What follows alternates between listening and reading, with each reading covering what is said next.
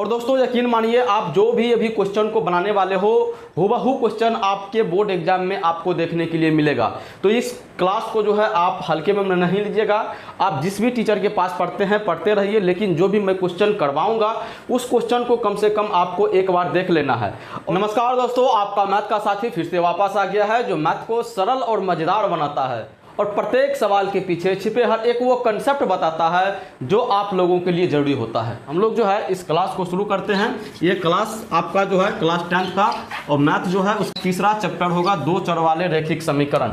ये तीसरा चैप्टर आपका है, तीसरा चैप्टर है दो चर वाले रैखिक समीकरण, है ना, समीकरण। अब जरा सा समझिएगा, पहले इस चैप्टर के बारे में कुछ जानकारी हम प्राप्त कर लेते हैं। जब आपको इस चैप्टर के बारे में कुछ जानकारी प्राप्त होगा तब जो है आपको क्वेश्चन बनाने में किसी भी परेशानी का सामना नहीं करना पड़ेगा। कहे तो इसका छोटा छोटा जो कंसेप्ट है उस कंसेप्ट को पहले हम लोग जान लेते हैं शॉर्ट में। उतना अगर डिटेल में हम जाने लगे तो हमको कंसेप्ट समझाने के लिए ही 3-4 घंटे लग जाएगा। तब अगर वो 3-4 घंटे आपको हम दे दिए समझाने के लिए, आपसे मैथ में आप कुछ भी नहीं जानते हो ना, फिर भी आप हर एक क्वेश्चन को फोड़ के आ सकते हो, है ना। लेकिन ये हमारा ऑब्जेक्टिव का क्लास है, इसीलिए उतना डिटेल में हम कंसेप्ट के ऊपर नहीं जाएंगे। ठीक, जो क्या कहते हैं, जो आपको ज़रूरी है जितना, सिर्फ उतना ही मैं यहाँ पे बात करूँगा। तो चलिए दोस्तों, यहाँ पे सबसे पहले चैप्टर का जो है विश्लेषण हम करते हैं, जिसका क्या अर्थ हुआ। जैसे यहाँ पे है दो चर, दो का मतलब हुआ दो का मतलब क्या हुआ, दो, और चर का मतलब ऐसा राशि जो कभी भी बदल सकती है, जो स्थिर नहीं रहता है। जैसे हम लोग ABCD का जो भी अक्षर हम प्रयोग करते हैं वो सारी अक्षर जो है चर होता है। ठीक है, यानी ऐसा समीकरण जिसमें दो गो चर हो और वो रैखिक हो। रैखिक के बारे में आप बहुपद में पढ़े हो। रैखिक किसको बोलते हैं, जिस चर का अधिकतम घात 1 होता है उसको हम रैखिक बोलते हैं। यानी ऐसा दो गो चर वाला जिसमें पावर जो है 1 होना चाहिए और वो क्या होना चाहिए, समीकरण होना चाहिए। क्या होना चाहिए बाबू, समीकरण। समीकरण का मतलब हुआ जिसके बराबर में 0 होना चाहिए, जिसके बराबर में 0 होना चाहिए। या तो इसको हम इस प्रकार से भी बोल सकते हैं, ऐसा दो चर वाला बीजीय व्यंजक जिसमें समीका या समता का प्रयोग किया गया है वो समीकरण है। ठीक है, चलिए अब इसका जो है थोड़ा सा व्यापक रूप को हम देखते हैं। व्यापक रूप यानी इसका SI फॉर्म को देखते हैं। जो ये दो चर वाला जो रैखिक समीकरण है वो किस रूप में रहता है, हम इसको किस प्रकार से समझ सकते हैं। ठीक है, जैसे यहाँ पे आप ऐसे कर सकते हो, AX + BY बराबर C, AX + BY बराबर C। ये आपका रैखिक समीकरण है। कौन सा समीकरण है बाबू, रैखिक समीकरण है। ये कौन सा समीकरण है, रैखिक। सर जी आपने इसको रैखिक समीकरण क्यों कहा, हमने रैखिक समीकरण इसको इसीलिए कहा क्योंकि यहाँ पे देखिए x का घात 1 है और y का घात भी आपको 1 ही नजर आ रहा है। ठीक है ना, इसीलिए इसको हमने रैखिक कह दिया। उसके बाद सर जी इसको जो है आपने दो चर वाला काहे कहा, तो दो चर वाला देखिए यहाँ पे दो गो चर का प्रयोग किया गया है। कौन कौन सा चर है वो, एगो x है एगो y है। ये दोनों जो है बाबू ये चर है। तो अब आप बताइएगा सर जी ये A और ये B इसको क्या बोलते हैं, तो ये आपका संख्या है। यहाँ पे कोई संख्या आता है, क्या आता है, यहाँ पे कोई संख्या, वो संख्या जो है आप रियल नंबर का रहेगा। कौन सा नंबर का रहेगा, रियल नंबर का। कहे तो यहाँ पे परिमेय संख्या भी हो सकता है, मतलब, और अपरिमेय भी संख्या भी हो सकता है। यहाँ पे कोई भी संख्या आप दे सकते हो। तो ये है दो चर वाले रैखिक समीकरण का व्यापक रूप। ठीक है, अब आपसे एक क्वेश्चन पूछा जाता है, जो दो चर वाले ये रैखिक समीकरण जो है इसका कितना हल संभव है, इसका जो है मतलब इसका मान जो है या इसका जो हल है वो कितना संभव है। तो आप ऐसा मान के चलिए अभी जो इसका जो है अनंत हल हो सकता है। क्या हो सकता है, इसका जो है अनंत हल हो सकता है। लेकिन इसको लिमिट करने के लिए हम क्या करते हैं, इसको लिमिट करने के लिए एक दो चर वाला रैखिक समीकरण को जो है और ले लेते हैं, इसके साथ में जो है और ले लेते हैं। इससे क्या होता है, वो लिमिट हो जाता है, यानी उसका जो हल निकलने वाला है वो लिमिट हो जाएगा। उसका हल निकलने वाला क्या हो जाएगा, लिमिट। ये सारी चीज़ को हम आगे पढ़ेंगे। अगर समझ में उतना नहीं भी आ रही है तो आप जो है जो मैं बातें बोल रहा हूँ उसको सिर्फ आप ध्यान से सुनते हुए चले जाइए। ठीक है ना, ये सब चीज़ के बारे में प्रैक्टिकल आप देखिएगा, सवाल जब हम सॉल्व करेंगे ना तब आप देखने के लिए आपको मिलेगा। ठीक है, जब यहाँ पे हम आपको बोले जो दो को हम समीकरण को ले लेते हैं, तो दो को समीकरण उसका भी तो कुछ ना कुछ व्यापक रूप होना चाहिए, यानी उसको भी पहचानने के लिए कुछ ना कुछ होना चाहिए। तो हाँ होगा, कैसे होगा, तो उसका जो व्यापक रूप रहेगा पहला समीकरण के लिए ये a1x रहेगा, उसके बाद b1y रहेगा और यहाँ पे c1, उसके बाद a2x b2y और c2। तो सर जी आप यहाँ पर क्या समझाना चाहते हो? तो हम यहाँ पर यही समझाना चाहते हैं बाबू।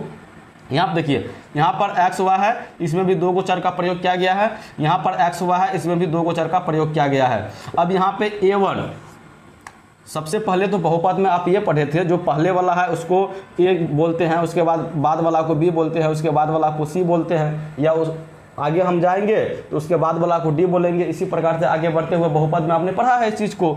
सेम उसी प्रकार से यहाँ पे देखिए ए बी सी मान रखने वाला दो गो है यहाँ पे, तो हम क्या करते हैं वो एक ना हो जाए, इसीलिए उसका नाम थोड़ा सा हम चेंज कर देते हैं। जो पहला समीकरण है इसको हम a1 कह देते हैं, b1 कह देते हैं और c1 कह देते हैं, और जो ये हमारा दूसरा समीकरण है इसको a2 कह देते हैं और b2 कह देते हैं और यहाँ पे c2 कह देते हैं। ठीक है, इस प्रकार से जो है हम इसका नामकरण करते हैं। और ये a1 b1 c1 किसको किसको बोलते हैं, या a2 b2 c2 किसको बोलते हैं, ये चीज़ समझना आप लोगों के लिए महा जरूरी है। जब तक इस चीज़ को नहीं समझ पाइएगा तो इस चैप्टर का ऑब्जेक्टिव आप नहीं बना सकते हो। ठीक है ना, फिर से हम समझाने का थोड़ा सा प्रयास करते हैं। कोई भी आपके पास समीकरण होगा तो उसका जो x का गुणांक होगा वो a1 होगा, उसका y का जो गुणांक होगा वो b1 होगा, और उसका z कहे तो c वाला लास्ट संख्या वाला जो रहता है वो c1 रहेगा। और उसी प्रकार से यहाँ पे x का गुणांक a2, y का गुणांक b2 और z यानी कि लास्ट वाला का गुना क्या होगा, लास्ट वाला का गुना सी वाला का क्या गुणांक होगा, c2 हो जाएगा। ठीक है ना, यानी संख्या वाला है ये c2 हो जाएगा। ये जब दो गो समीकरण को लेंगे तब इसी को बोला जाता है समीकरण युग्म। क्या बोला जाता है, इसी को क्या बोलते हैं, इसको हम जानते हैं अभी क्या बोलेंगे, ये है दो चर वाले रैखिक समीकरण युग्म। क्या बोलते हैं, दो चर वाले रैखिक समीकरण युग्म। ये वाला युग्म का मतलब होता है पेयर, पेयर का मतलब होता है जोड़ा, समझते हैं ना।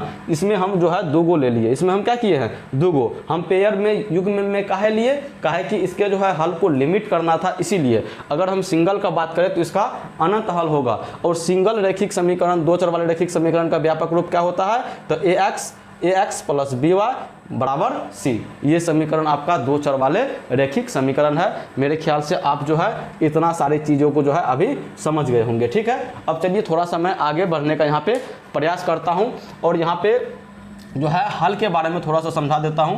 जो इस समीकरण का हल किसको बोलते हैं, इस समीकरण का हल किसको बोलते हैं, तो हल बाबू x और y का ऐसा मान होता है जो समीकरण को संतुष्ट कर दे। x और y का ऐसा मान जो समीकरण को संतुष्ट कर दे, यानी उसका लेफ्ट यानी LHS और RHS दोनों को जब बराबर कर दे तब जो है वो समीकरण का क्या कहलाएगा, समीकरण का हल कहलाएगा। समीकरण का क्या कहलाएगा, हल कहलाएगा। अब ये हल का भी संख्या है, अब एक गो हल निकलेगा कि दो गो हल निकलेगा कि 10 गो हल निकलेगा कि नहीं निकलेगा या कितना निकलेगा, इसके लिए भी कुछ ना कुछ कंडीशन है। उस कंडीशन को थोड़ा सा आप समझ लीजिए। क्या समझना है आपको, ये जो दोनों समीकरण है, इस दोनों समीकरण का हमको तुलना करना पड़ता है। अब जरा सा बहुत सारे बच्चे यहाँ पे समीकरण का कुछ रूप देखे होंगे तो उसमें कंफ्यूज कर जाते होंगे, उसको जरा सा पहले देख लीजिए, उसके बाद हम चर्चा करने वाले थे उस पर चर्चा करेंगे। ठीक है, क्या जैसे यहाँ पे समीकरण a1x प्लस b1y बराबर अगर c1 है तो इसको हम इस प्रकार से भी लिख सकते हैं a1x प्लस b1y, और इसको इधर कर ले तो ये c1 और बराबर में 0। ये चीज़ देखिए, ये चीज़ और ये चीज़ दोनों चीज़ जो है सेम ही है। दोनों चीज़ क्या है बाबू, सेम ही है, कंफ्यूज मत कीजिएगा। वैसे जब क्वेश्चन हम लोग करेंगे तो सब कुछ क्लियर करते हुए आपका वहाँ पे हम चले जाएंगे। ठीक, चलिए अब जो है यहाँ पे हम थोड़ा सा आगे बढ़ते हैं। अब आगे क्या बढ़ना है, अब हमको हल की संख्या को देखना है। हल की संख्या जो किस समीकरण युग्म का कितना हल होगा उस चीज़ को हमको देखना है। ठीक है, जैसे ये दोनों का तुलना करने के बाद, दोनों का तुलना जब करेंगे, किसका किसके साथ तुलना करेंगे, तो a1 का जो है a1 का a2 के साथ तुलना करेंगे, और b1 का b2 के साथ तुलना करेंगे, और c1 का c2 के साथ तुलना करेंगे। इतना बात आप समझ रहे हैं। ठीक है, अब आगे बढ़िए थोड़ा सा। हम क्या करें बाबू, अभी तुलना कर रहे हैं किसका, तो a1 का a2 के साथ, b1 का b2 के साथ और c1 का c2 के साथ अभी हम हम क्या कर रहे हैं, तुलना। इसमें आपको 3 को कंडीशन बनता है, कितना, इसमें आपको 3 को कंडीशन बनेगा। एगो तो होगा आपको ये दोनों बराबर नहीं होगा, ये दोनों क्या होगा, बराबर नहीं होगा। जब ये दोनों बराबर नहीं हुआ, कहने का मतलब A1/A2 बराबर नहीं होगा किसके, B1/B2 के, तब इसको आपको चेक नहीं करना है। जितना भी मैं बात यहाँ पे बोल रहा हूँ ये फालतू मैं नहीं बोल रहा हूँ, इस चीज़ को आप ध्यान से सुनते हुए चलिएगा, उसको दिमाग में रखिएगा, आगे काम आने वाला है। हमने अभी क्या कहा, जो A1/A2 अगर बराबर नहीं होगा B1/B2 का, तब आपको इसको चेक नहीं करना है। इसको क्या, इसको चेक नहीं करना है, यानी इसको अब हम क्या करते हैं, यहाँ से हम मिटा देते हैं। इसको हम यहाँ से क्या किए, मिटा दिए। तो सर जी अब जो बताइए हमको A1/A2 अगर बराबर नहीं होगा B1/B2 का, तो इसमें हल क्या को होगा, तो बाबू इसमें हल जो है केवल एक होगा, केवल एक हल होगा, ठीक है, केवल एक, या इसी को अद्वितीय भी बोलते हैं। क्या बोलते हैं, अद्वितीय होगा, या केवल एक होगा हल की संख्या, ठीक है। चलिए उसके बाद एक कंडीशन जानते हैं आपका क्या बनेगा, एक कंडीशन बनेगा आपका A1/A2 और B1/B2 और C1/C2। अब इसके दूसरा जो कंडीशन है वो दूसरा कंडीशन देखिए, ये तो बराबर हो जाएगा लेकिन आपका ये बराबर नहीं होगा, ये बराबर हो जाएगा और आपका ये बराबर नहीं होगा। तब इस कंडीशन में जो है आपका कोई भी हल नहीं बनेगा, कोई भी हल नहीं। समझते चलिएगा, हम कब बोले हैं, जब A1/A2 बराबर होगा B1/B2 का और बराबर नहीं होगा C1/C2 का, तो यहाँ पे कोई भी हल नहीं होगा, ठीक है ना। या ये सब चीज़ आपको पहले से पता होना चाहिए। अगर नहीं भी पता है तो जितना मैं बोल रहा हूँ उस चीज़ को आप लिख लीजिएगा और याद कर लीजिएगा जैसे मैं यहाँ पे बोल रहा हूँ, ठीक। अब चलिए एक कंडीशन यहाँ पे और बनेगा, क्या बनेगा बाबू, हम इसको यहाँ पे लिख लेते हैं, कहा कि यहाँ पे और हमको थोड़ा सा काम है और इसमें और कुछ हमको लिखना है, आपको बताना है, इसीलिए जगह नहीं बचेगा, हम आगे लिख लेते हैं यहाँ पे। एक तीसरा कंडीशन इसके लिए बनता है, क्या बनता है, A1/A2 अब क्या होगा, ये बराबर हो जाएगा B1/B2 का और ये भी बराबर हो जाएगा C1/C2 का, ठीक है ना। अब ये तीसरा कंडीशन आपके सामने है। जब आपको इस प्रकार के कंडीशन दिया हुआ रहे, जो A1/A2 बराबर हो गया B1/B2 के और बराबर हो गया C1/C2 के, तब जो है हल की संख्या अनंत होता है। हल की संख्या कितना होता है, अनंत। हल की संख्या कितना होता है, अनंत होता है, ठीक है। अब चलिए हल की संख्या पे थोड़ा सा हम बात किए हैं और बैक थोड़ा सा चलिए, बैक में हम आपको बताए हैं जो इसका हल जो है, ये हल जो है, इसको हल को लिमिट करने के लिए हम क्या करते हैं, इसको पेयर में लेते हैं, अब इसका जब ग्राफीय निरूपण कीजिएगा ना, किसी भी समीकरण का जब आप ग्राफीय निरूपण कीजिएगा तो रैखिक समीकरण का जो ये है, इसका जो ग्राफीय निरूपण ये सीधा रेखा में चला जाएगा। कौन सा रेखा में चला जाएगा बाबू, सीधा रेखा में। और जिस रेखा से वो, मतलब इस रेखा पर जितना भी बिंदु होगा, इस रेखा पर जितना भी बिंदु स्थित होगा, वो सारी बिंदु जो है इसका हल कहलाएगा। ये सारी बिंदु इसका क्या कहलाएगा, हल कहलाएगा। या इसको हम उल्टा भी समझ सकते हैं, इसको हम क्या समझ सकते हैं, इसको उल्टा भी समझ सकते हैं। जो बिंदु होगा, यानी क्या कहते हैं, समीकरण का अगर कोई हल होगा और जो वो बिंदु को दर्शाएगा, तो वहाँ पर जो है उस बिंदु से होकर उस समीकरण का रेखा गुजरेगा। थोड़ा सा टेक्निकल है, समझने का थोड़ा सा प्रयास कीजिएगा। हमने क्या कहा, हमने कहा जो कोई भी जो क्या कहते हैं रैखिक समीकरण है, इसका जो जब क्या कहते हैं ग्राफीय निरूपण करेंगे, यानी ग्राफ पर इसको दिखाने का प्रयास करेंगे, तब जो है इसका रेखा एक सीधी रेखा में हमको बनेगा। और ये जो सीधी रेखा जाएगा और जिस पॉइंट से होकर ये गुजरेगा, हर एक पॉइंट जो है इसके लिए हल का संख्या होगा। हर एक पॉइंट इसके लिए क्या होगा, हल। और हल उसी को बोलते हैं जो उस रेखा पर बिंदु होता है। हल उसी को बोलते हैं जो उस रेखा पर बिंदु होता है। चलिए इतना नहीं समझे हैं तो थोड़ा सा आगे हम समझाएंगे। अब जो है हम यहाँ से थोड़ा सा आगे बढ़ते हैं। अब इतना बात अभी आपने समझा, क्या समझा, जब A1/A2 बराबर नहीं होगा B1/B2 के, तब इसका जो है केवल एक हल होगा और या तो इसको अद्वितीय बोलेंगे, ठीक है। उसके बाद आपने ये समझा, अगर A1/A2 बराबर हो गया B1/B2 के और बराबर नहीं होगा C1/C2 के, तो इसका कोई भी हल नहीं होगा, ठीक। उसके बाद आपने समझा जब a1/a2 बराबर होगा b1/b2 के और ये भी बराबर हो जाएगा c1/c2 के, तब इसका जो है अनंत हल हो जाएगा। ठीक है, अब चलिए इसका ग्राफीय निरूपण को हम लोग देखते हैं, जिसका ग्राफीय निरूपण किस प्रकार से होगा, यानी ये जो रेखा जाएगा वो रेखा का क्या नेचर होगा। ठीक है, सबसे पहले आप इसको देख लीजिए, जब a1/a2 बराबर नहीं होगा b1/b2 का, तब जो है ये इसका ग्राफीय निरूपण जो है, मतलब इसका रेखा जो निकलेगा, ये रेखा प्रतिच्छेदी होगा। क्या होगा? प्रतिच्छेदी। प्रतिच्छेदी का मतलब होता है वो दोनों रेखा जो है एक दूसरे को काट देगा। वो दोनों रेखा क्या करेगा? एक दूसरे को काट देगा। ये देखिए यहाँ पे काट दिया और जहाँ पे ये काटेगा यही इसका क्या हो जाएगा? यही इसका हल हो जाएगा। हल के बारे में आपको हम बताए हैं। तो हल क्या होता है?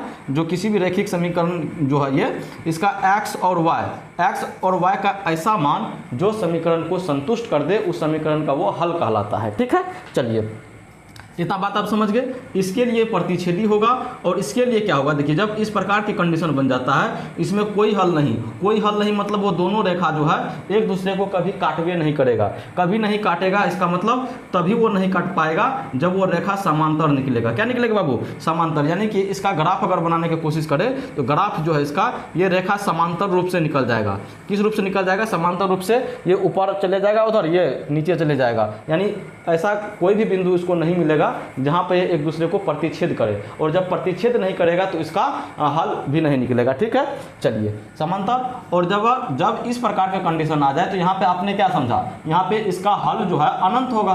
हल अनंत होगा, इससे मतलब यह है जो वो हर एक बिंदु पर काटेगा, वो हर एक बिंदु पर जो है काटेगा। हर एक बिंदु पर काटेगा मतलब वो रेखा एक दूसरे पर जो है चढ़ा हुआ मिलेगा। वो रेखा एक दूसरे पर क्या होगा? चढ़ा हुआ मिलेगा। मान के चलिए एक रेखा यहाँ पे है तो दूसरा रेखा इसी पर से जो है निकलता हुआ आपको दिखाई देगा। इसी पर से निकलता हुआ आपको दिखाई देगा, मतलब ये जो है एक दूसरे पर ही आ जाएगा। जब एक दूसरे पर आ जाएगा तो हर एक बिंदु पर वो काट रहा है, तो इसका हल जो है अनंत हो जाएगा।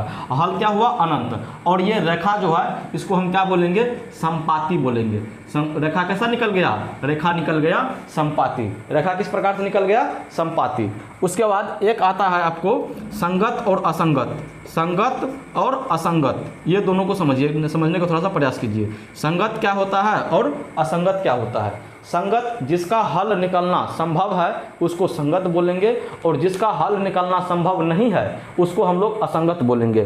ठीक है, अब देखिए इसका तो हल निकलता है ना जी, भले एक को काहे नहीं निकला, लेकिन हल तो निकलता है। जब हल निकलता है तो ये संगत हो जाएगा, ये समीकरण युग्म जो है ये संगत निकल जाएगा। ठीक है, उसके बाद इसका हल तो एको को निकल भी नहीं करता है। जब हल नहीं निकलता है तो इसको हम असंगत बोलते हैं। क्या बोलते हैं? इसको असंगत बोलते हैं। और इसका भी तो हल निकलता है, और जब इसका हल निकलता है मतलब ये भी क्या है? ये भी संगत है। ठीक, यहाँ तक आपने समझ लिया। उसके बाद संगत, असंगत या इसी को विरोधी और या अविरोधी बोला जाता है। विरोधी या अविरोधी। विरोधी का मतलब जो विरोध करे, और अविरोधी का मतलब जो विरोध ना करे। अविरोधी का मतलब जो विरोध ना करे। ठीक है, जैसे हम संगत है ना, ये संगत जो मतलब संगत रखता है वही मतलब आपका जो है ये अविरोधी रखता है। ठीक है, यानी जिसका हल निकल जाएगा, हल निकलने में वो विरोध नहीं करेगा तो वो अविरोधी हो जाएगा, है ना। देखिए ये तो हल निकल जाएगा इसका। जब ये हल निकल जाएगा तो ये कौन सा होगा? ये अविरोधी होगा। ठीक है, उसके बाद यहाँ पर देखिए ये हल निकलता है इसका। जब हल निकलता है तो ये भी आपका अविरोधी हो जाएगा, है ना। और इसका हल निकलता है तो नहीं निकलता है, तो ये कौन से हो जाएगा? ये हो जाएगा विरोधी। कौन सी हो जाएगा? ये हो जाएगा विरोधी। ठीक है, इतना बात को अगर आप समझ लेते हो तो आपका जो है एक भी नंबर नहीं कटने वाला है, एक भी नंबर नहीं कटने वाला है। और जो भी कंसेप्ट आगे आते जाएगा आपसे चर्चा कर लिया जाएगा। उतना डीप में हम नहीं गए, कोशिश किए, फिर भी आपको समझ में आ जाए। अगर डीप में जाएंगे तो आपको हम पहले ही बता चुके हैं, जो 2-3 घंटा हमको लग जाएगा ये सबको कर करके दिखाने के लिए। ठीक है ना। चलिए हम लोग अभी ऑब्जेक्टिव का क्लास ले रहे हैं तो उसी हिसाब से हम लोग देखेंगे। चलिए इसको हम मिटाते हैं, फिर क्वेश्चन को लगाते हैं। दोस्तों अब जो है हम लोग यहाँ से क्वेश्चन को लगाना शुरू करते हैं। आपके स्क्रीन पर सवाल आ गया होगा, सवाल को ज़रा सा पढ़िए। सवाल में है जो निम्न में कौन इतना तथा इतना का हल है। 2 को समीकरण आपको मिला है। एक समीकरण आपका है x - 2y = 0, और दूसरा समीकरण आपका है 3x + 4y = 10। देखिए इसको सॉल्व करने के लिए अभी आपको दो तरीका हम देंगे। एक आप ऑप्शन से बना सकते हो, दूसरा जैसे आप इसका हल निकालते हो। इसका हल निकालने के लिए तीन गो तरीका है, आप लोग पढ़े होंगे। एक ग्राफीय विधि है, उसके बाद दूसरा प्रतिस्थापन विधि आप पढ़े होंगे, तीसरा आप विलोपन विधि पढ़े होंगे, और चौथा जो है आप क्या कहते हैं बढ़त गुणन विधि पढ़े होंगे। और इनमें से सबसे बढ़िया विधि जो है वो विलोपन विधि है। विलोपन विधि के बारे में अभी हम चर्चा करने वाले हैं। और दूसरा तरीका है इसको सॉल्व करने का जो आप ऑप्शन से चेक कर सकते हो, और ऑप्शन से भी हम चेक करेंगे। सबसे पहले हम लोग जैसे हल को निकालते हैं उसको हम निकालेंगे, फिर आप ऑप्शन से कैसे काम कीजिएगा वो चीज़ आपको हम बताएंगे। ठीक है, चलिए हल निकालने के लिए देखिए यहाँ पे हम विलोपन विधि का प्रयोग करने वाले हैं। कौन सा? विलोपन। अब विलोपन विधि को समझिए, ये विलोपन विधि क्या है। विलोपन इसके नाम में ही छुपा हुआ है विलुप्त कर देना, यानी किसी एक टर्म को जो है आपको, यानी एक चर को जो है आपको विलुप्त कर देना है। चाहे आप x को विलुप्त कर सकते हो या आप जो है y को विलुप्त कर सकते हो, और जिसको आप विलुप्त कर दीजिएगा उसके बाद जो बचेगा वो उसका मान आपको निकल जाएगा। जैसे आप अगर x को विलुप्त करते हो तो आपको y का मान निकल जाएगा, और अगर y को विलुप्त करते हो तो आपको x का मान निकल जाएगा। ठीक है, अब ये आपके चॉइस पर है जो आप किसको विलुप्त करना चाहते हो। चॉइस ये आपका होना चाहिए, आप किसी भी तरीक़ा से कर सकते हो, लेकिन सवाल के जो कंडीशन होता है उसके अनुसार हमको जो है फैसला लेना पड़ता है जो हम क्या करेंगे, किसको विलुप्त करेंगे। जैसे अभी यहाँ पर देखिए ये है आपको x और ये है आपको 3x, इसको विलुप्त करने के लिए आपको सेम चीज़ में लाना पड़ेगा। यानी जब यहाँ पे 3x है तो आपको भी यहाँ पे 3x पुराना पड़ेगा, या इसको इस प्रकार से भी बोल सकते हैं, यहाँ पे x है तो आपको भी यहाँ पे x पुराना पड़ेगा। आप चाहे उसके लिए गुना कीजिए या भागा कीजिए, क्या कीजिएगा ये आपके ऊपर डिपेंड है, लेकिन आपको किसी भी हाल में ये काम करना पड़ेगा। ठीक, ये तब था जब आप x को विलुप्त करना चाहते हैं तब। दूसरा है अगर आप इस y को अगर विलुप्त करना चाहते हैं तो किसी भी हाल में इसको आपको 4 बनाना पड़ेगा, तभी ये विलुप्त होगा। या अगर यहाँ पे बात करें, जैसे या तो इसको 4y बना दीजिए या इसको 2y बना दीजिए। अब कैसे कीजिएगा ये आपके ऊपर डिपेंड है, जो आपको कुछ भी कीजिए लेकिन ये दोनों टर्म जो है सेम हो जाना चाहिए। ठीक, ये तो पहला था। और दूसरा आपको क्या ध्यान में रखना है, दूसरा आपको चिन्ह को ध्यान में रखना है। और जब इसको हम घटाते हैं तो घटाने के बाद जो है चिन्ह बदलता है, आप सभी जानते हो, और जोड़ने के बाद जो है चिन्ह नहीं बदलता है। यानी यहाँ पे देखिए ये माइनस है और ये प्लस है, वो विलुप्त या हटेगा या कटेगा तभी वो कटेगा जब उसमें अलग अलग चिन्ह रहे।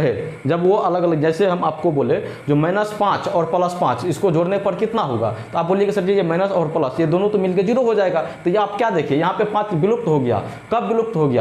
जब वहाँ पर जो है एगो माइनस में था और एगो प्लस में था, इसी कारण वो विलुप्त हो चुका है। लेकिन अगर आपसे हम बोले जब 5 और 5 को जोड़िए तो आप बोलिएगा सर जी जब इसको जोड़ेंगे तो 10 हो जाएगा। 10 ये बढ़ गया, का है ये 0 काहे न हुआ, क्योंकि उसमें माइनस और प्लस यानी अलग अलग चिन्ह नहीं दिया हुआ था। अब यहाँ पर देखिए अलग अलग चिन्ह है। हम ऐसा करते हैं इसको जोड़ने के, मान के चलिए हम बाद में जो है घटाना नहीं चाहते हैं, हम चाहते हैं जोड़ देना इसको। तो जोड़ देना जब जोड़ेंगे तो ये डायरेक्ट हमारा जो है कट जाएगा। ठीक, कटने के लिए हमको जो है इसको अगर 4 बनाएंगे तो ये आसान है, इसको 2 बनाएंगे तो थोड़ा सा मुश्किल है। ठीक है, चलिए हम जो है इसको 4 बनाने का प्रयास करते हैं। अब 4 ये कैसे बनेगा, आप बोलिएगा सर जी यहाँ पे जो 2y है ना, इसको जब 2 से गुना कर दीजिएगा तब ये 4y बन जाएगा। यानी यहाँ पर 4y होगा और यहाँ पर 4y होगा, यानी ये दोनों जो है बराबर हो गया, दोनों जो है सेम हो गया। तो हम क्या करेंगे यहाँ पर जो है इस समीकरण में गुना कर देंगे, किससे, तो 2 से। अब देखिए जब 2 से आप गुना कीजिएगा तो कितना होगा, तो इसी ठो को गुना मत कीजिएगा, जब 2 से गुना कीजिएगा तो ये सब में गुना होता है। तो 2 से x को गुना कीजिएगा तो ये 2x हो जाएगा। उसके बाद 2 से 2y को गुना कीजिएगा तो माइनस में 2 दूना 4y हो जाएगा। फिर इसको कीजिएगा तो 0 हो जाएगा। ठीक है, 0 में किसी भी चीज़ से गुना करते हैं तो 0 ही प्राप्त होता है। उसके बाद इसको क्या किए हैं, इसको कुछ नहीं किए हैं, मतलब वैसे के वैसे रख देंगे, है ना। चलिए रखिए, अब क्या करेंगे, अब जोड़ेंगे। जोड़ेंगे। अब इतना कुछ ऑब्जेक्टिव बनाने के लिए आपको नहीं करना होता है। हाँ, 2 नंबर में जब ये सवाल पूछेगा तब आपको इतना, जितना हम यहाँ पे लिखे हैं जोड़ेंगे, यहाँ पे इसे गुना कर रहे हैं, क्या कर रहे हैं, नहीं कर रहे हैं, वो सब कुछ को लिखना पड़ता है सब्जेक्टिव में, है ना। चलिए, ऑब्जेक्टिव में नहीं, लेकिन आपको समझाना है अभी, क्योंकि जब इसका सेकेंड वीडियो आएगा सब्जेक्टिव वाला, उसमें आपको ये मदद करेगा। ठीक है ना। चलिए अब क्या करें, हम जोड़ेंगे, और जोड़ने पर जो है चिन्ह नहीं बदलता है। जब इसको जोड़ेंगे, देखिए यहाँ पे जोड़ेंगे तो 3 2 5x हो जाएगा और यहाँ पर जब जोड़ेंगे तो ये खत्म हो जाएगा यानी 0, और यहाँ पे 10 हो जाएगा। तो यहाँ से हम x का मान निकाल लेते हैं। x का मान कितना हो जाएगा 2, 5 उधर जाएगा भागा करेगा, तो x का मान यहाँ से आपको निकल गया x का। अब इस x के मान को आप किसी भी समीकरण में रख सकते हो। चलिए हम समीकरण जो है समीकरण किस में रखना चाहेंगे, समीकरण 1 में ही रख दीजिए। तो हम यहाँ पर लिखेंगे जो समीकरण 1 में x का मान रखने पर, समीकरण 1 में x का मान रखने पर कितना होगा बाबू, तो समीकरण 1 को पहले आप लिख लीजिए, x माइनस 2y बराबर 0, और x का मान कितना आया है 2 यहाँ पर रखिए माइनस 2y बराबर 0। अब ये माइनस 2y हुआ और इसको उधर भेज दीजिए तो माइनस 2 होगा। यहाँ से y का मान निकाल लीजिए, माइनस से माइनस खत्म हो जाएगा, y का मान 2/2 यानी कि 1। आपको यहाँ पे x बराबर 2 आया और y बराबर 1 आया। ठीक है, इस प्रकार से आपने x और y का मान निकाल लिया। और जब आपने x और y का मान निकाल लिया मतलब उसका जो है आप हल निकाल लिए हैं। ठीक है, और आंसर भी जो है आपका यही होगा, कौन सा होगा, x बराबर 2 और y बराबर 2। ठीक है ना, देखिए किधर गया, x बराबर 2 और y बराबर 2, सॉरी y बराबर 1, यानी कि ऑप्शन नंबर आपका ए जो है सही हो जाएगा। ठीक, अब चलिए हम लोग ऑप्शन से इस चीज़ को कैसे बनाते हैं उस चीज़ को थोड़ा सा सीखते हैं। और जब ये आपको हल पूछ दिया, आपको क्या पूछा, हल, और हल के बारे में अभी आपको हम बताए थे, जो हल वही होगा जो समीकरण को संतुष्ट कर पाएगा। ठीक है ना, संतुष्ट कर पाएगा मतलब क्या, जैसे यहाँ पे हम एक एक करके, चलिए पहला ऑप्शन जो हमारा आंसर निकला है उसी आंसर को यहाँ पे रख के हम देखते हैं। पहला देखिए, पहला समीकरण आपके पास था x माइनस 2y। ठीक है, अब यहाँ पे आपको x कितना आया है 2, तो x की जगह पर 2 लिखिए। उसके बाद y कितना आया है 1, तो माइनस 2, y की जगह पर 1, तो 2 माइनस 2 कितना हुआ 0। और इधर देखिए, इधर कितना है, इधर भी आपको 0 ही है। ये समीकरण जो है संतुष्ट हो चुका है। जब समीकरण संतुष्ट हो गया तो हम यहाँ पर ये बोलेंगे तो ये x बराबर 2 जो है इसका समीकरण का हल है। ठीक है, अब जब x बराबर हम किए हैं और y बराबर किए हैं, ठीक है, तो ये समीकरण 1 के लिए हम चेक किए हैं जी, तो समीकरण 2 के लिए भी हमको चेक करना पड़ेगा उसका भी हल है या नहीं है। ठीक है ना, तो चलिए यहाँ पे समीकरण 2 को उठा के देखते हैं। समीकरण 2 का LHS देखिए कितना है, 3x प्लस 4y। ठीक है, अब देखिए x बराबर हमको कितना आया है 2, तो यानी 3 गुना 2 प्लस 4 गुना y बराबर 1, तो 3 दूना 6 प्लस 4 एकम 4, 6 4 कितना हुआ 10। और यहाँ पे देखिए इधर भी आपको 10 ही है, यानी ये भी समीकरण को क्या कर दिया, संतुष्ट कर दिया। जब समीकरण को संतुष्ट कर दिया मतलब x बराबर 2 और y बराबर 1 इस समीकरण का हल है। इसी प्रकार से आपको बारी बारी से सभी ऑप्शन को रख के देखना होता और जो समीकरण को संतुष्ट कर देता वही आपका आंसर हो जाता। ठीक है ना, चलिए ये था पहला क्वेश्चन, इसीलिए इतना डिटेल में हम बताए हैं। अब चलिए दूसरा क्वेश्चन पे हम ध्यान देते हैं। दूसरा क्वेश्चन है जो यदि इतना तो x का मान कितना होगा। देखिए इसमें x का मान पूछ रहा है, इसमें बहुत बच्चे जो है छोड़ देते हैं इस सवाल को, लेकिन ये सवाल आसान है, आसान ही नहीं है बहुत आसान है। 0. कितना है 0.37 है ना, 37x माइनस 0.3। इसमें x का मान पूछ रहा है, कौन सा x जानते हैं, ये वाला x का मान जो है आपसे पूछ रहा है। जो ऐसा x का मान क्या रखे जो ये दोनों पक्ष जो है बराबर हो जाए, यानी ये समीकरण जो है संतुष्ट हो जाए, यही चीज़ जो है आपसे पूछा जा रहा है। तो आप क्या कीजिएगा, यहाँ पे देखिए इसमें अगर आप जो है यदि आप दशमलव संख्या से उसको दशमलव संख्या को जोड़ना घटाना गुना करना हैबिट बना हुआ है, कर लेते हो तो बहुत बढ़िया वाली बात है। अगर आपको डर लगता है दशमलव संख्या को जोड़ने घटाने में, आपको लगता होगा जो गलती हो सकता है, तो आप क्या कीजिए इस दशमलव संख्या को एक पूर्णांक संख्या के रूप में आप बदल सकते हो। कैसे, तो यहाँ पर देखिए दशमलव के बाद कितना है 2 अंक है ना, यहाँ दशमलव के बाद 1 अंक है, दशमलव के बाद 2 अंक है, दशमलव के बाद 1 अंक है। हम चाहते हैं जो यहाँ पे दशमलव नहीं रहे, जब दशमलव नहीं रहे तब ये दोनों अंक को जो है हमको दशमलव को किसी भी प्रकार से ये उठा के यहाँ पे रखना पड़ेगा। जब उठा के यहाँ पे रखना पड़ेगा मतलब 100 से जब हम गुना करते हैं, 100 से जब गुना करेंगे तो ये दशमलव आगे बढ़ जाएगा। आप करके भी देख सकते हो, जैसे 0.37 इसको आप 100 से गुना करके देखिएगा, जब दशमलव का गुना आता होगा तब, है ना। देखिए जब इसको क्या कहते हैं 100 से गुना कीजिएगा तो ये 30x हो जाएगा, ठीक। और जब इसको कीजिएगा तो ये 37 हो जाएगा, और उसके बाद जब इसको कीजिएगा तो ये 37x हो जाएगा, और जब इसको कीजिएगा आप 100 से गुना तब ये कितना हो जाएगा 30 हो जाएगा। अब चलिए x वाला को एक जगह कर लेते हैं और बिना x वाला को एक जगह कर लेते हैं। तो यहाँ पे 30x और इधर लाएंगे तो ये माइनस में 37x, और यहाँ पे देखिए ये -30 पहले से है और इधर जाएगा तो ये +37 हो जाएगा, ठीक। देखिए यहाँ पे ये घट के कितना हो जाएगा -7x, और इधर कितना हो जाएगा प्लस में 7, ठीक है ना। हमको निकालना है x का मान। x का मान क्या हो जाएगा, x का मान ये 7 उधर जाएगा माइनस लेके, यानी x का मान कितना हो जाएगा -1। और आपसे x का ही मान पूछा जा रहा था। अब देख लीजिए आपका कौन सा ऑप्शन है, ऑप्शन नंबर आपका ए जो है सही हो जाएगा। कितना आ जाए x बराबर -1। अब यहाँ पे x के जगह पे -1 दे के देखिएगा, ये दोनों पक्ष जो है बराबर हो जाएगा। दोनों पक्ष क्या हो जाएगा, बराबर। अगर आप सीखना चाहते हो तो ये काम आप कर ही लीजिए, जो हम आपको बताए हैं। जो -1 दे के देखिएगा, ये दोनों जो है बराबर हो जाएगा, ठीक है। चलिए किधर क्या, ये ठीक है। चलिए आगे बढ़िए। आगे आपका कौन सा है, यहाँ पे 1 मिनट हम देख लेते हैं, जो कटा भी नहीं है। चलिए वो चीज़ जो है यहाँ पे आ चुका है। आगे बढ़िए। आगे 3 नंबर का क्वेश्चन देखिए, जो एक रैखिक समीकरण का घात कितना होता है। आपको हम बताए हैं रैखिक उसी को बोलते हैं जिसमें घात 1 रहे, तो रैखिक समीकरण का घात 1 होगा, यानी आपका ऑप्शन नंबर जो है सी सही हो जाएगा, ठीक है। अब चलिए 4 नंबर में देखते हैं। 4 नंबर में क्या है, 2 चर x y में रैखिक समीकरण कौन सा है, रैखिक समीकरण आपका ax प्लस by प्लस सी बराबर 0 के कितने अधिकतम हल संभव है। इसका बोल रहा है जो कितना हल संभव है, इसका कितना हल जो है संभव है। तब आप क्या इसका जवाब दीजिएगा। आपको हम इससे पहले बता चुके हैं, जो इसका जो है अनंतो हल जो है संभव है। कितना है, अनंत हल। इसी को लिमिट करने के लिए हम 2 को ले लेते हैं, यानी समीकरण युग्म ले लेते हैं, जिससे उसका हल जो है लिमिट हो जाता है। इस चीज़ को ध्यान में रखिएगा, यानी ऑप्शन जो है आपका ऑप्शन नंबर सी जो है इसका आंसर हो जाएगा, ठीक है ना। चलिए आगे बढ़िए।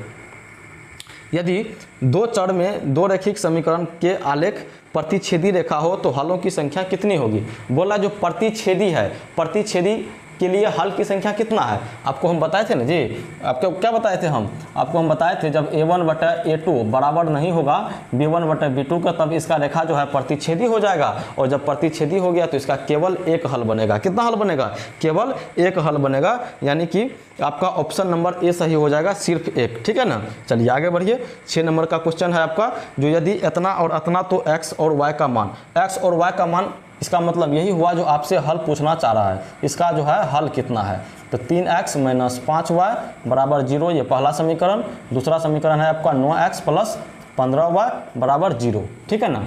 दूसरा तरीका क्या है इसका, ऑप्शन दे के देखेंगे जो कौन सा समीकरण को संतुष्ट कर देता है। और पहला तरीका क्या है इसका, पहला तरीका है जैसे हम निकालते हैं उसी प्रकार से हम निकालेंगे। और निकालने के लिए आपको हम क्या बोले हैं, किसी एक टर्म को आपको बराबर करना पड़ेगा। तो आप देखिए किसको बराबर करना चाहते हैं। ये 3 9 बन सकता है, कोई दिक्कत नहीं है। ये 5 जो है 15 बन सकता है, कोई दिक्कत नहीं है। लेकिन इस 5 को 15 करने के लिए 3 से गुना करना पड़ेगा, इसको भी 3 से गुना करना पड़ेगा, ठीक है। तो चलिए हम इस समीकरण में क्या करते हैं, इस समीकरण में 3 से गुना कर लेते हैं। जब 3 से गुना कीजिएगा तो 3 तिया कितना हो जाएगा, 9x, और इससे भी गुना हो जाएगा 5 तिया 15y, और ये 0 हो जाएगा। नीचे में तो हम कुछ नहीं किए हैं, इसको ज्यों का त्यों हम यहाँ पे रख देते हैं।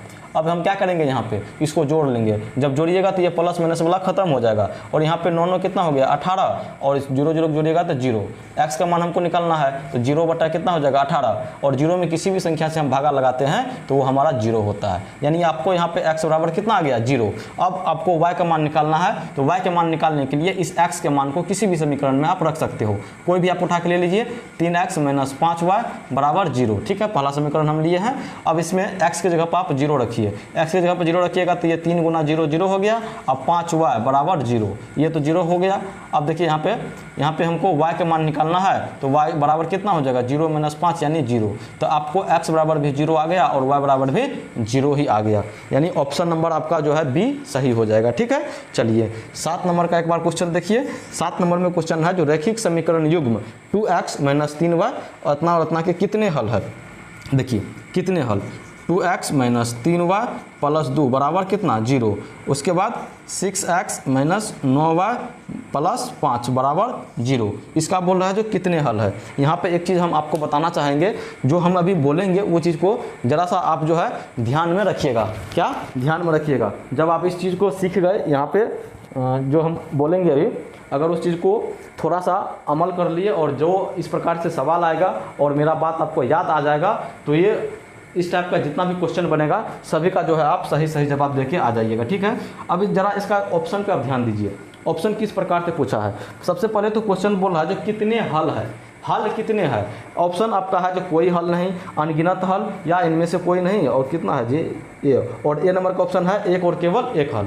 अगर आपको इस प्रकार से क्वेश्चन पूछ दे जो कितने हल है, या संगत है कि असंगत है, या विरोधी है कि अविरोधी है, इस टाइप का, या समांतर है कि प्रतिच्छेदी है, इस टाइप का कोई भी ऑप्शन आपको रहेगा तो आपको एक ही काम करना है। क्या काम करना है? जो A1/A2, B1/B2 और C1/C2, इसका जो है आपको तुलना कर लेना है। ठीक है, हम आपको क्या बोले, जरा ध्यान दीजिएगा। आपको क्वेश्चन ये पूछ दे, ऑप्शन को देख लीजिएगा। अगर आपको ऑप्शन में इस प्रकार से रहे जो एक, केवल एक, अद्वितीय, इस प्रकार से, या संगत, असंगत, किसी भी प्रकार से जो भी आपको हम बताए थे तुलना करके, उनमें से कोई भी अगर हो तो आपको सिर्फ और सिर्फ तभी तुलना ही करना होगा, है ना, तभी आप जवाब दे सकते हो। चलिए बाबू यहाँ पे ध्यान दीजिए।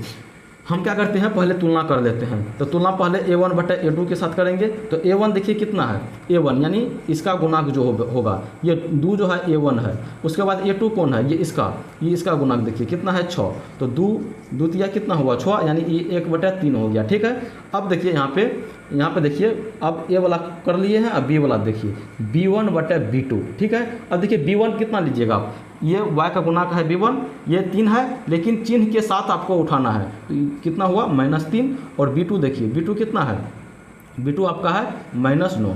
B2 कितना है जी, -9। ठीक है, ये इस माइनस से माइनस खत्म, 3 3 9, कितना हुआ 1/3। ठीक है, अब चलिए C1/C2 को देखते हैं। C1 कितना है आपका, C1 है प्लस में 2।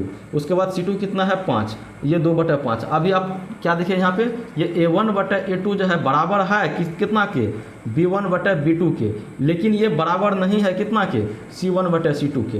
अब इस कंडीशन को जरा सा आप याद करने की कोशिश कीजिए। इस कंडीशन में आपको कितना हल हम आपको बताए थे। तो सर जी इस कंडीशन में आपने ये बताया था जो रेखा जो है समांतर चला जाएगा, और समांतर चला जाएगा तो इसका कोई भी हल नहीं होगा, कोई भी हल नहीं। ठीक है, तो इस टाइप के जो भी ऑप्शन होगा उसको आपको इसी प्रकार से तुलना करना पड़ेगा। और तुलना कैसे करेंगे ये चीज़ आपको अभी हम समझा ही दिए हैं। चलिए, कोई हल नहीं, यानी कि ऑप्शन नंबर आपका बी जो है सही हो जाएगा। चलिए आगे बढ़िए।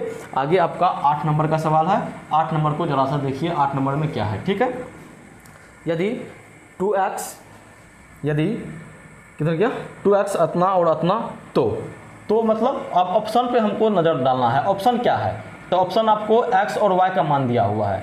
x और y का मान दिया हुआ है, इसका मतलब हमको इसका हल निकालना है। क्या निकालना है, हल निकालना है। बहुत बच्चे तो क्वेश्चन को समझ ही नहीं पाते हैं, जो हमसे क्या करवाना चाहते हैं, जिस कारण से वो क्वेश्चन उसको पता होता है जो सॉल्व कैसे करेंगे, लेकिन क्वेश्चन समझ में ना आता है जो करना क्या है ना। तो अगर इस प्रकार से देखिए क्वेश्चन, इसी ये मेरा नहीं है, ये जो क्वेश्चन आपसे पूछा है उसी का लैंग्वेज है। ठीक है ना, देखिए 2022 में ये क्वेश्चन पूछा गया था, है ना।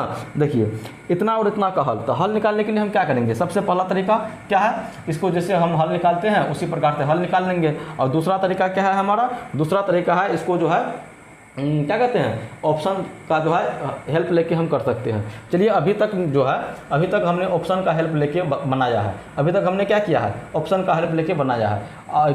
सॉरी, इसको जो है डिटेल में जिस प्रकार से हम निकालते हैं उस तरीका से आपको हमने बना के दिया है। अब चलिए इसमें ऑप्शन का थोड़ा सा हम मदद लेते हैं। मान के चलिए सबसे पहला आप ऑप्शन उठाइए। सबसे पहला ऑप्शन है 2 और 4, x बराबर 2 और y बराबर कितना है 4। जब इसमें 2 लीजिएगा तो 2 दूना कितना हुआ 4, और इसके 4 तिया 12, 4 तिया कितना हुआ 12, 12 4 कितना हुआ 16। क्या आपको यहाँ पे 16 है, तो नहीं 16 नहीं है। तो ये आपका जो x बराबर 2 ये हल नहीं है। जब नहीं है तो आप इसको छोड़ दीजिए। अब इसको क्या कीजिएगा, छोड़ दीजिए। अब इसको चेक आपको नहीं करना है। आप सोचिएगा सर जी हम इसको तो चेक कि इसमें नहीं हुआ तो इसका हो सकता है।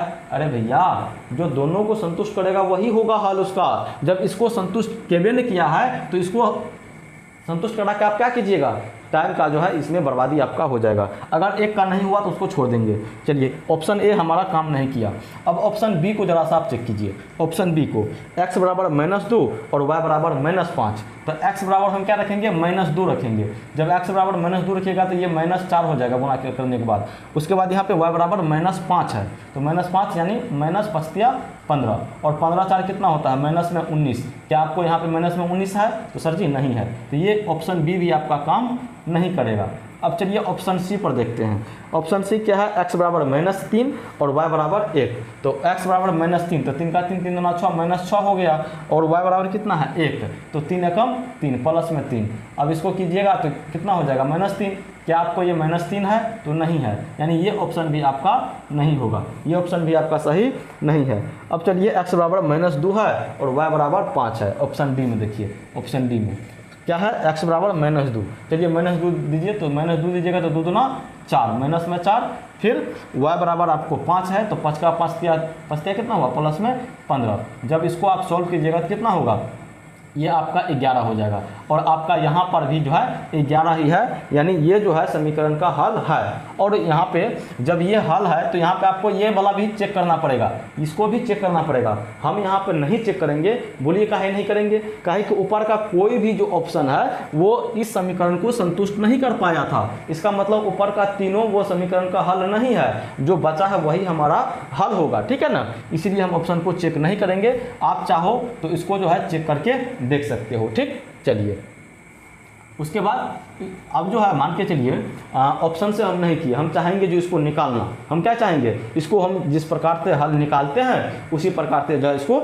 निकालना है। तब आप क्या कीजिएगा, तब इसको बराबर करना पड़ेगा। फिर देखिए ये 2x है और यहाँ पर भी 2x है, आपको यहाँ पर बराबर ही दिया हुआ है, बराबर ही दिया हुआ है। लेकिन आप चाहते हो जो जोड़ के करने के लिए, तो जोड़ के करने के लिए आपको यहाँ पे देखिए, यहाँ पे प्लस वाला है, यहाँ पे माइनस वाला है, तब आपको ये दोनों की जगह पे बराबर करना पड़ेगा। या तो ये 3 को 4 बना लीजिए, हाँ, या तो इस 4 को 3 बना लीजिए। अगर दोनों में से कोई भी संभव नहीं है तो दोनों का आप गुणनफल गुना कर लीजिए। कहने का मतलब इसको आपको 4 से गुना करना पड़ेगा और इसको आपको 3 से गुना करना पड़ेगा, तब जो है यहाँ पे सेम चीज़ आ जाएगा, ठीक। अगर ऐसा नहीं करते हैं तो आपको यहाँ पे पहले से बराबर दिया हुआ ही है। चलिए हम यहाँ पे पहले से जो बराबर है उसके अनुसार आपको हम बताते हैं। देखिए पहले से यानी 2x + 3y बराबर कितना है, 11। उसके बाद 2x - 4y बराबर कितना है, -24। देखिए अब डायरेक्ट आप इसको नहीं काट सकते हो। क्यों नहीं काट सकते हो, जोड़ने पर नहीं काट सकते हो। क्यों नहीं, जब इसको जोड़िएगा तो ये कटेगा नहीं, 2 दूना 4x हो जाएगा।